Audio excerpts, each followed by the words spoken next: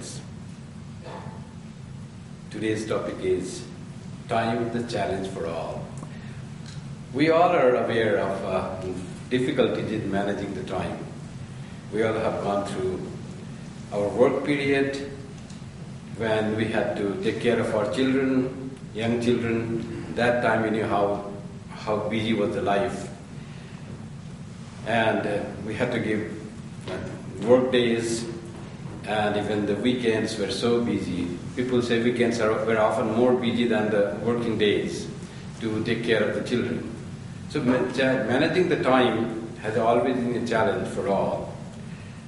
This life that we have got is very limited, and we have to accomplish a huge thing in this life. And according to the spiritual aspirants, they want to achieve the highest goal. They want to achieve the realization of God or the knowledge of the self. That goal and time lifespan being like 80 years, or active life like 40, 50, 60 years. In that lifespan, we want to achieve that much, and also while performing our duties, not retiring to the forest and devoting all time to the spiritual practice. So it's really a challenge when we are seeking something higher in life. Swami Vivekananda says, this life is short. Vanities of the world are transient. They alone live who live for others. The rest are more dead than alive. So in this short life, we will make our life successful. We'll be managing our time very well. Our life will be fruitful if we could find time for others. Then that will be real living. If we are only self-centered and we think for ourselves only how to become rich, how to become famous, that is all spent time.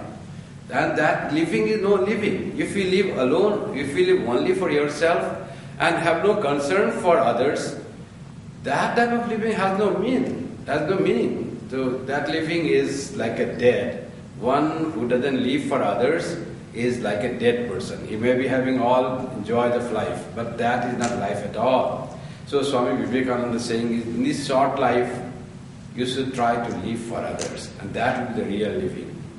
One wealth which everyone has in equal quantity is time. The time cannot be controlled. It is ever flowing and can never be stopped. Now we have to manage this ever flowing river and harness its energy and its power for our use. And we can do that by managing the time. What is time management? It is ever flowing. It cannot be changed. It cannot be stopped. In fact, time management is another name for self-management. How we manage ourselves in the flowing time. A person spends time in 4 ways. Number 1, for very urgent action requiring immediate attention, like accidents. When you have no time to think, you have to do. Number 2, sometime very important but not urgent. Very important but not urgent. What are those? Like consideration for health, or your food, or even your studies. Very important. But you can say, oh, I'll do later, I'll eat little later. But those are very important. The third is not important but very urgent. What are those?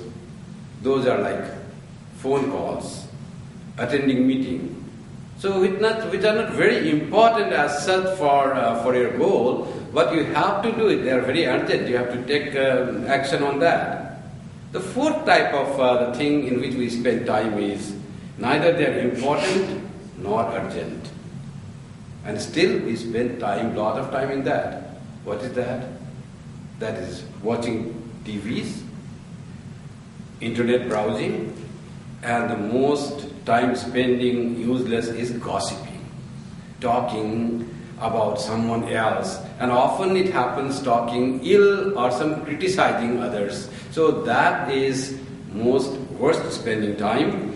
but time is spent a lot of our waking time in that. So managing the time is managing how we manage our life. Starts in 4 types of this spending time thing. So we need to spend more time on second and third aspect. First, we'll have to do accident, immediate needs.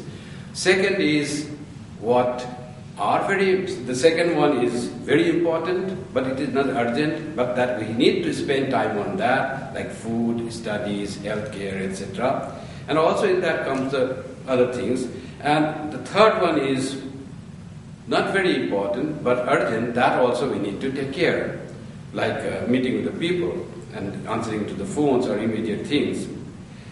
So by managing this second and third, we'll be managing our life very nicely, and we'll be managing time. Spending time on something which will save time in future is also to be thought of. They say, a stitch in a time saves 9. So if there is needed of a stitch, you have to do that urgently. It's not misuse of time, because if you do not do, you are going to spend more time. They say, spend some time in sharpening a sickle. Sickle has become blunt. Spend some time in sharpening. It can save a lot of time when cutting the harvest. So we need to know where we need to give urgent importance to use. Swami Vivekananda says, we are often very focused on the goal and want to work to achieve the goal and do not care for the means. The one lesson of time management is pay attention to the means, and as much as for the goals, or even more than the goal. If you pay attention to the means, goal will be achieved automatically. So that way, we do not spend time in thinking what will happen, will I get that, achieve that or not. Just go and start walking on the right track. You will reach there. Don't only dream of your goal where you are reaching. I have to reach the downtown, and when I will reach, what will happen? Don't think that. Drive cautiously on the right way, you will reach there. So Swami Vivekananda's that teaching is pay as much attention to the means as to the end is very important. This lesson he learned from Pabhari Baba. He always referred to it. Pabhari Baba used to always clean his pot, brass pot, so diligently every day. And Swamiji asked, why you have to do this every day? He said, if I don't clean each day, it will be not shining like this. So, and he used to clean the pot, this brass pot, as if his whole goal is to clean this brass pot, paying full attention on work that he is going to do. And the result, the shining of the pot, will automatically take. And that he learned from Pabhari Baba, and he always said. Another way to manage the time is punctuality. Always trying to do the thing in time. They say how you can maintain the punctuality, how you can do the thing in time. Often we be late. Today I myself feel late by a few minutes coming here. They say when you want to be punctual, don't think the right time you have to go. Always think 5 or 10 minutes ahead that you have to reach. Swami Pramodhananda used to also advise that way, that you have to reach somewhere at 11 o'clock. Always try to reach there at 10:45 or 10:50. Then if anything comes in the way, something happens, some phone call comes, you will be sure to reach 2 or 3 minutes before, and you will be punctual. So being punctual for the work is also managing time in a great way. Suppose you are very punctual and you reach on time, and others are not punctual. You go for the meeting, or you go for the doctor's appointment. Often we go to the doctor's appointment or post office or in the bus stop, and you are punctual, but bus doesn't come on time. Or doctor's appointment, you have to wait. Then how you manage that? 2 ways to manage. One is you become very angry, furious. Oh, I come in time, and this is the lesson people should learn. I have learned it from that, and people, what is this? They don't come on time, you get angry. Other is spend your extra time in a nice way. Repeat the name of God if you are a spiritual aspirant, or read some nice book, or have some nice thought, or make some project of a plan, you go ahead with that, but never get angry or furious. Don't try to make the whole world right. World is like a curly tail of a dog. It cannot be set right. Only you try to set yourself right. Manage time for yourself. That is important factor. So reading the book when others are not punctual will make yourself peaceful and calm, and then that will be real use of the time. Channelize your thought process. That is important. Our thought energy is frittered away.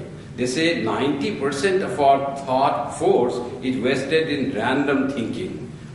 Our thinking is not focused, and it's just one thing we think for few seconds, and next time we go to other thinking, and none of these lead any actual result. No fruit is obtained. Just to go on thinking. That we understand how our mind thinks when we sit calmly and try to think something in a linear process, like in the time of meditation. You want to put your mind on some object. There you find how the mind just goes randomly to different things, one after another, without and you have no power on that unless you practice and train your mind to that. And that mind thoughts going randomly is the wastage of time and wastage of your mind. Have a goal in life. That will make our thought process focused. Goals are of two types. One is immediate goal and another is ultimate goal.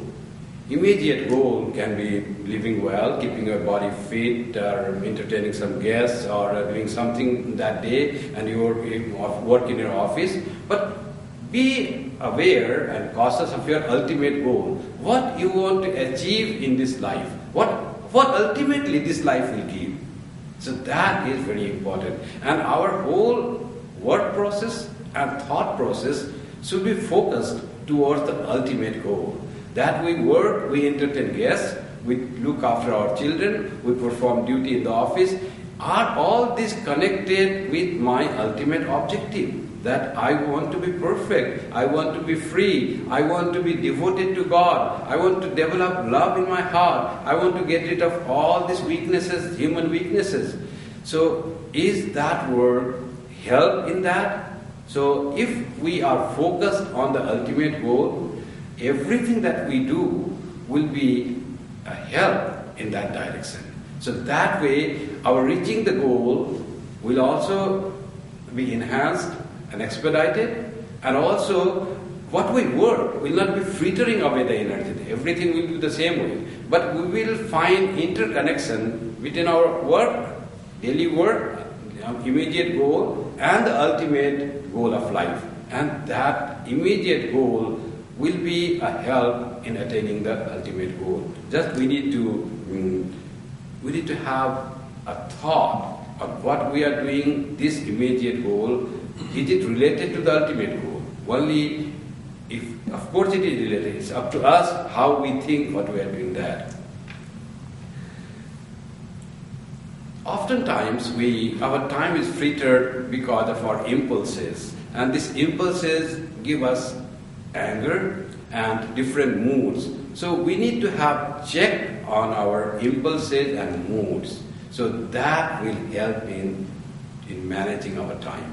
And when we are more calm, more peaceful, we'll be able to manage time well and reach in our goal more easily, more nicely. Often there is a problem of not doing the work in time. Do not stretch a work till the last moment. Oh, I have to do that. And if you just keep it pending, it will just gather more workforce. You will have to clean the dust, and it will be a greater time you'll be spending on that. So, in Hindi, that Kabir Das very nice saying is there. What you have to do tomorrow, do it today. What you have to do today, do it now. And Kabir Das says, if you keep the things on pending, when will you do? The life is short. One day it will just vanish and you will find at the deathbed, oh, I thought of doing this, nothing is done, and life is finished. Like this will happen. Kabir Das says that very philosophically. And we know how to manage the time, make plans, and start working it. Swami Brahmananda also used to say, in his spiritual life, always have started day with some promise, some urges that I will not get angry today, or I will not have any ill feeling towards anyone today. And try to practice that during your work time, that you are not going to be angry with anyone. Or next day, try, I will not have any ill feeling towards anyone. A third day, I will not have any jealousy towards anyone. Like that, you go on trying these things in life. And while you work, the things will come. The impulses will come. Try to resist that because you have resolved in the morning. And I will try to remember God throughout my work. Like these things. I will try to repeat the name of God as much as I can do every moment of the day. You will fail perhaps in the beginning. But at the end of the day, think that how much you succeeded. Next day you try again the same thing, you will be succeeding more. So like that, set a goal in the morning before the day, when you start the day, and then again see at the review at the end of the day. That also will help in controlling the time. Making routine is very important in life. Often people complain of having less time when they work, they raise children. And also there is complaint of a lot of time and time not being, not able to spend time, retired life. What should I do? I used to go to work and now no work to do. So retired life also there can be so nice a routine that you don't have extra time left at all. So make a routine. Routine making is easier, but the difficult part is following the routine. Often the mind says, okay, now I have no hurry, I can do a little later. So more important is to try to follow the routine that has been made, that I have to, and not to listen to the mind's vagaries. The mind wants to cheat us, and it often deceives us. So trying to be with the help of our intellect or buddhi, we have to control mind. Mind has to be controlled by the buddhi. Buddhi is the one which says, there is always a saying inside, if I do not do this now, it will be difficult. Suppose you want to wake up early in the morning, you have made a routine, you want to wake up early in the morning, office going day you do. You wake up at 5 o'clock, get ready by 6 and have breakfast and leave by 7. But on Saturdays, you think, oh, I should maintain that routine. Even those who manage sleep, they also say, always try to have same routine all seven days in a week. Not the weekends you will sleep more. That's not the right way to manage your sleep. But on Saturdays, oh, there's no work now, I can sleep a little, 1 hour more, half an hour more. People say that. Those all advices are there. There's also relaxation, weekend is given for that. This mind tries to explain us. It wants to cheat us. With the help of buddhi, we have to say, no, that is the routine. I have to follow the routine. This day, I don't have to rush for work. I can spend more time in the studies of the scripture, study of the good books, and I can time more study in my shrine, in my small project in front of Thakur, in the repeating God's name more. So like that, following the routine, making the routine and following that routine rigorously is very important. Often we want change. So Mahatma Gandhi used to say, you want to change the world? First change yourself. Be the change that you want to see in the world. So we want to change the world, but we do, and also we want to change ourselves. So what changes you want to do in yourself, try fast and hard for that. That also needs a lot of attention, and that spending time in trying to change yourself is very important. And for that, as I said, I want to get less angry or no angry. I want to be more loving. I want to be more compassionate. This all can be practiced during our working time more than during our meditation time.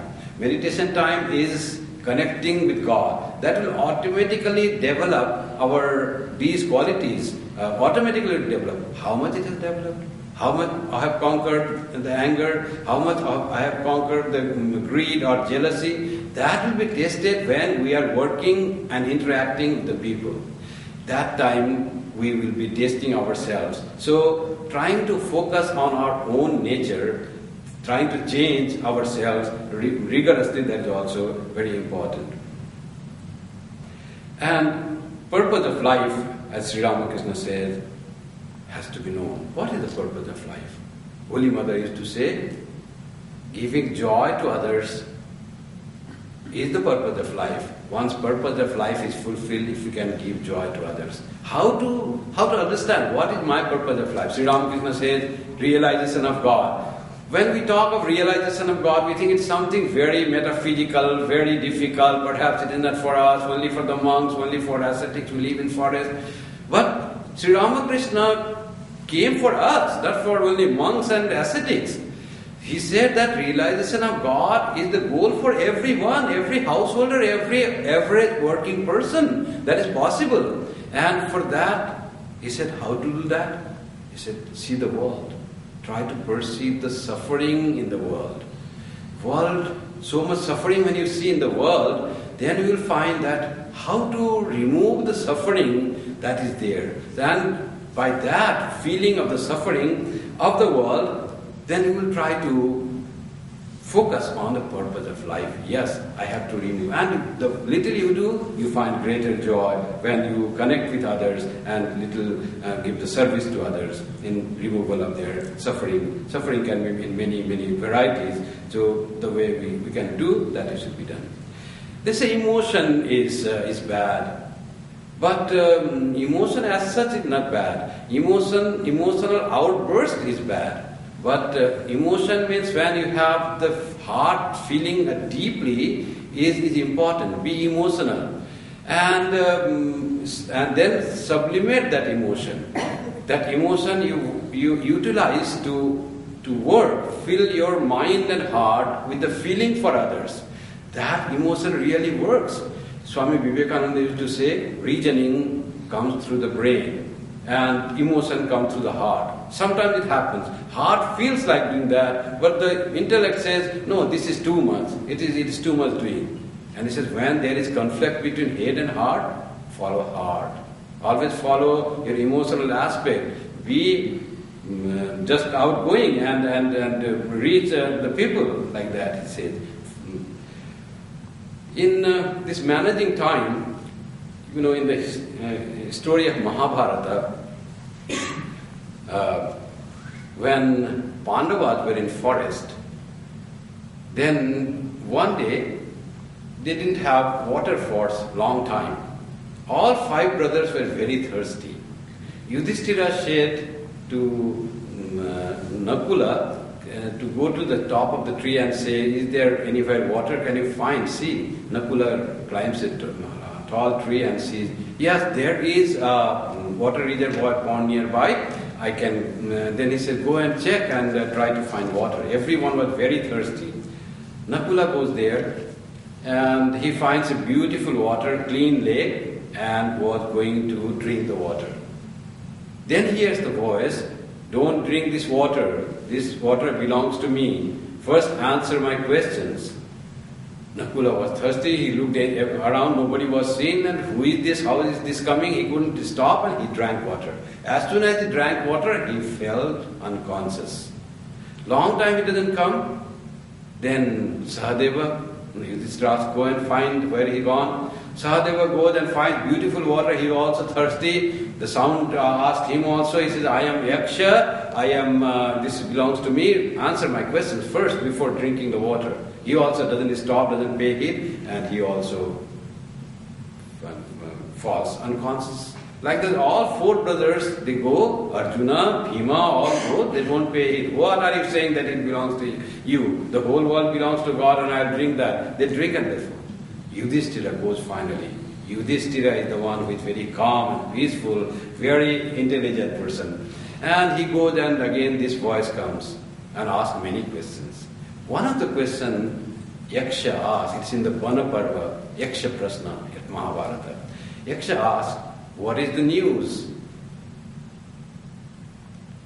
And Yudhishthira answers, the news is the time is cooking all creatures.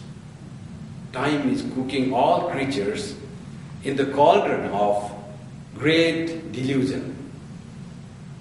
With the help of sun as the fire, and day and night as the fuel, the wood, fagots, and seasons and months as the ladle. And the cauldron is being brewed, every creature is being brewed, being fully melted, and soup will be created. Whatever is formed is going to melt with the help of that fire. And the fire coming out of the day and night. And through the seasons, they will just turn around and everything will vanish into a soup. That is the news. So, Yaksha was very happy to hear this news. Then another he said, "What is the greatest surprise?" Yaksha asked Yudhishthira. "What is the greatest surprise?" Yudhishthira says, "The greatest surprise is that everyone in this created world is dying every moment. But those who live, they are not dying. They think they will never die. They think, they see the created beings dying every day. But those who live, they think they will not die. So that is the greatest surprise in my view." Yaksha was very happy to hear this. Yes, we think we will not die. Yet death is so common. We find our grandparents dying, our parents dying, and the relatives, old persons dying. But we think, I will never die. So, but in this time frame that is allotted to us, that one beautiful mantra is, the time or lifespan that is allotted by God, may we spend that in good use of the society. That one beautiful chant is there. So like that we feel. So in the time we are there, and in the time our life will be gone. It's all being cooked. They often say that it's like we are in the boat, and our boat is in the river, and there is a huge fall there ahead. And every boat will have fall there and will sink, and every person that is riding in the boat will sink in that river. We are also going through that. That is inevitable. River is flowing. You cannot stop it. But still we think, oh, the boat in front is going and it is sinking. We think our boat will not sink. We'll always be in the river and making the merriment. That is the greatest surprise. Now this great delusion is the container in which we are being brewed. What is that delusion? Delusion is that we think we will not die. And that delusion has something to do with reality, that we will not die. What we think ourselves to be, on that depends whether we will die or not. If we think we are just this body and mind and nothing else, only this two dimensions of our existence, then we are surely going to be old and diseased and die. But there is a third dimension of our existence, and that is our soul, what we are. Am I this body? Am I this mind? Or am I soul? If I am soul, that is never dying. So when I feel that I am not dying, I feel from the point of view of the soul. From the point of view of the soul or Atman, if we think I will never die, then it is fine. But if I think I am the body and I will never die, that will be a great delusion, and that delusion will not be left out by the great time that is cooking us, brewing us. We all created beings are under the influence of three things: time, space, and causation. Everything is in time. Everything comes up in time, remains in time, and again merges in after the time elapses. And everything occupied in the space. And everything that is created is caused. Something caused it for creation. So we, as whatever we perceive this world through the five windows that we have: skin, nose, tongue, eyes, and ear. These are the five windows given to us through which we can perceive, we can experience the world. And we experience, whatever we experience in the world are in this dimension, three-dimensional things: time, space, and causation. So is there anything that beyond time, in the time we know how this time factor in the world we feel, that in time, where there was big ocean, there is now high mountain. Himalaya arose in the middle of the ocean. And where there was big cities, there is now sea. They say the Mathura, they found that the Mathura, the kingdom of Krishna, is now under the sea. In time it happens, anything. You must have read that in time when there will be global warming, when there will be ice, snow-less world, ice-less world will be ice-free. No ice at all, neither snow falling nor in the Arctic and Antarctic there will be any snow. The world will be quite different. Many big cities of the world today will be under the water. And the time anything is possible. We don't know how to, the scientists try to make it, how not to make this happen. But the time is a great force. In time, so many changes happen. We see the changes in time, externally. But what about our own self? That also we are aware. We were small children, then adolescent, then grown up, mature, old. That all we find. If we put our photographs from our childhood in many places, you'll find children's photograph keeping. If the children's photograph keeping, we'll find that, oh, so this, I look like this when I was young at 5 years, and at 12 I was that, and at 28 I'm this, and at 50 years and 60 years I look like this. So much change in body. How this change came? It is all the effect of time, powerful time. But is there something that doesn't change inside the changing body?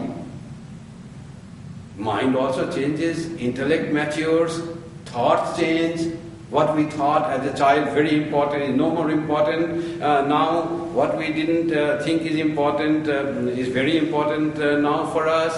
Like Swami Vivekananda says, one person was seeing the astronomical heavenly bodies through the telescope, and the child comes and baby comes and says, what are you seeing there? He says, I'm trying to see the stars in the heaven. So stars, what happens by that? Does this your whole work gives you gingerbread? So for the child, getting gingerbread is the ultimate thing. That is the most important thing. But for grown-up, gingerbread is very secondary. That doesn't matter. He gets joy in finding the hidden things of the stars and planets. So like that, our thought process changes. But what doesn't change is I. The I that was in a 5-year-old child is the same I in an 80-year-old person. So that I doesn't change. And that I is energized by the unending and unchanging reality called the Atman. That Atman is the thing that never changes, never dies, never created. Now our focus, if we have on the Atman, time stands still. Time doesn't change. You are free from time. And when you are beyond time, not under the clutches of time, you are free from space and also causation. Because the Atman is not caused. It didn't come from God. It was never created. And it doesn't exist in a place. It is not that our self or soul exists only here. Our soul is infinite, it is beyond time, and it is beyond causation. When we can have an inkling or interest or trying to find out that who am I, that am I, that makes you go beyond time. But until and unless, or when we reach that state, we all are under the domain of time.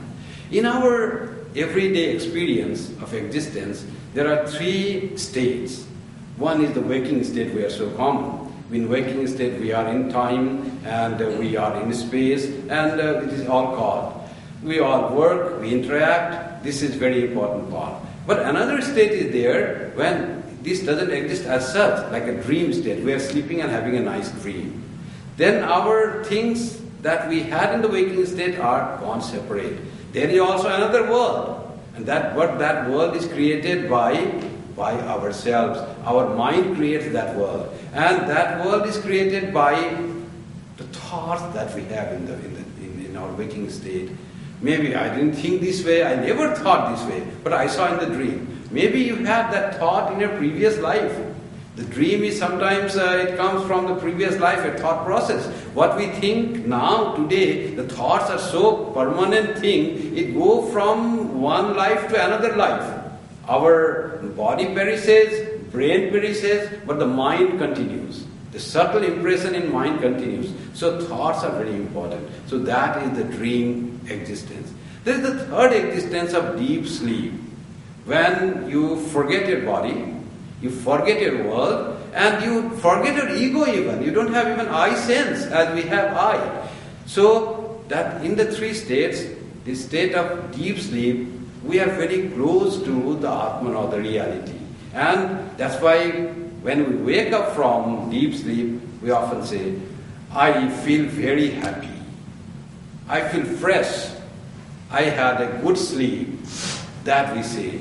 That freshness comes when we are able that this world's action or reaction on us is made minimum or is negated. So that is the thing we need to do. And seeking the spiritual reality within, who we are, what is the reality, that God within is very important. So to have the manage the time, there are some training to the mind. Like one is making the routine and following it rigorously. Another is cultivating proper attitude for work. That also is the managing time.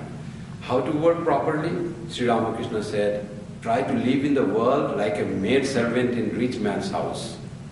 Treat everything as your own, but know the hearts of your heart that nothing is your own. Everything belongs to God. And you also belong to God, and try to serve those with whom you are in immediate contact. Your children, your parents, your friends.